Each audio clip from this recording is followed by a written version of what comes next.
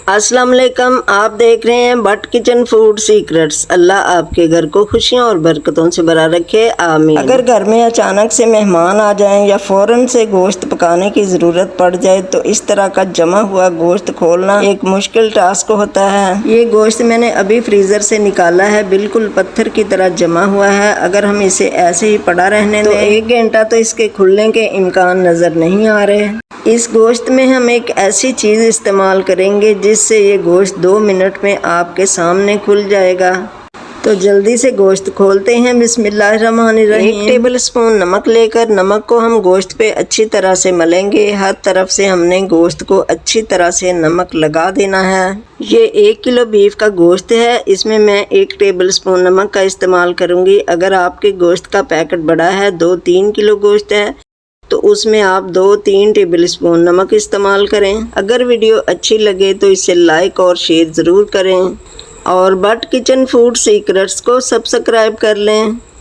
नमक गोश्त को पिघलाने में बहुत ही अहम किरदार अदा करता है। थोड़ी ही देर के बाद आपके गोश्त की बोटियां सेपरेट होना शुरू हो जाएंगी।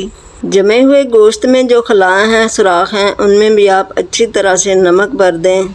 अगर आप यही तरीका फॉलो करेंगे तो आपका घंटों का काम मिनटों में हो जाएगा। गोश्त को उलट पुलट करते हुए हम अच्छी तरह से इस पे नमक लगा देंगे। जो खला हैं उन पे भी हम नमक लगाएंगे। जहां नमक नहीं लगेगा वहां से गोश्त नहीं खुलेगा, तो इसलिए आप नमक अच्छी तरह से लगाएं। अब आपको फ्रिज से घंटा या 2 घंटे पहले गोश्त निकालने की ज़रूरत नहीं पड़ेगी। गोश्त खोलने का बहुत ही आसान तरीका मैंने आपके साथ शेयर कर दिया। अब हम चूल्हे पर एक कढ़ाई रखेंगे और उसमें 2 लीटर हम पानी ऐड कर देंगे। चूल्हे का फ्लेम मैंने ऑन कर दिया है। अब हम इस पानी को गर्म करेंगे। पानी को हमने बॉयल नहीं करना, सिर्फ गर्म करना है। इस पानी में हम 1 टेबल स्पून नमक ऐड कर देंगे। पानी को हमने इतना गर्म करना है जिसमें हम हाथ डिप करें तो हाथ पानी की हीट को बर्दाश्त कर सके, इतना आपने पानी को गर्म करना है। नमक को हमने अच्छे से पानी में मिक्स कर दिया और चूल्हे का फ्लेम मैंने ऑफ कर दिया पानी गर्म करके। ये देखें, इतना गर्म करेंगे कि जिसमें हमारा हाथ डिप हो सके। इस गोश्त को हम 2 मिनट के लिए पानी में रखेंगे और ऊपर से कवर कर देंगे।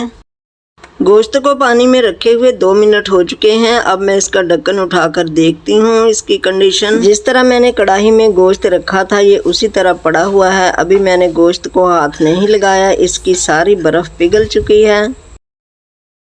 अभी मैं फोक के साथ इसकी सारी बोटियां आपको सेपरेट करके दिखाती हूँ। ये देखें, माशाल्लाह बहुत ही आसानी के साथ सारी बोटियां सेपरेट हो रही हैं। गोश्त खोलने का ये तरीका अगर आपको पसंद आए तो मेरी वीडियो को लाइक और शेयर कर दें। गोश्त चाहे 2-3 किलो हो या 4 किलो हो, आप इसी तरीके से गोश्त खोलें। जितनी देर में आप प्याज काटेंगी, मसाला तैयार करेंगी, उतनी देर में गोश्त खुल चुका होगा। जिस तरीके से मैंने नमक लगाया है आप उसी तरीके को फॉलो करें। चंद ही मिनटों में आपका गोश्त इस कंडीशन में आ जाएगा। गोश्त की सारी बोटियां बहुत अच्छे तरीके से सेपरेट हो चुकी हैं। अभी थोड़ी सी रहती हैं, इसको मैं हाथ के साथ आपको सेपरेट करके दिखाती हूँ बगैर टाइम ज़ाया किए। माशाल्लाह बहुत ही अच्छे तरीके से सारा गोश्त हमारा खुल चुका है। ये देखें कितनी आसानी के साथ ये अलहदा हो रहा है। माशाल्लाह अल्हम्दुलिल्लाह सारा गोश्त अच्छे से खुल चुका है। ये बीफ का गोश्त है। आप इसे बीफ पुलाव बनाएं या बीफ बिरयानी बनाएं। गोश्त की सारी बोटियां खिली खिली हैं जैसे हम अभी मार्केट से लेके आए हों फ्रेश गोश्त। गोश्त खोलने की बहुत ही बेहतरीन टिप मैंने आपके साथ शेयर की है और इसके साथ ही रखें अपना बहुत सारा ख्याल। मुझे दुआ में याद रखें। अल्लाह हाफिज़।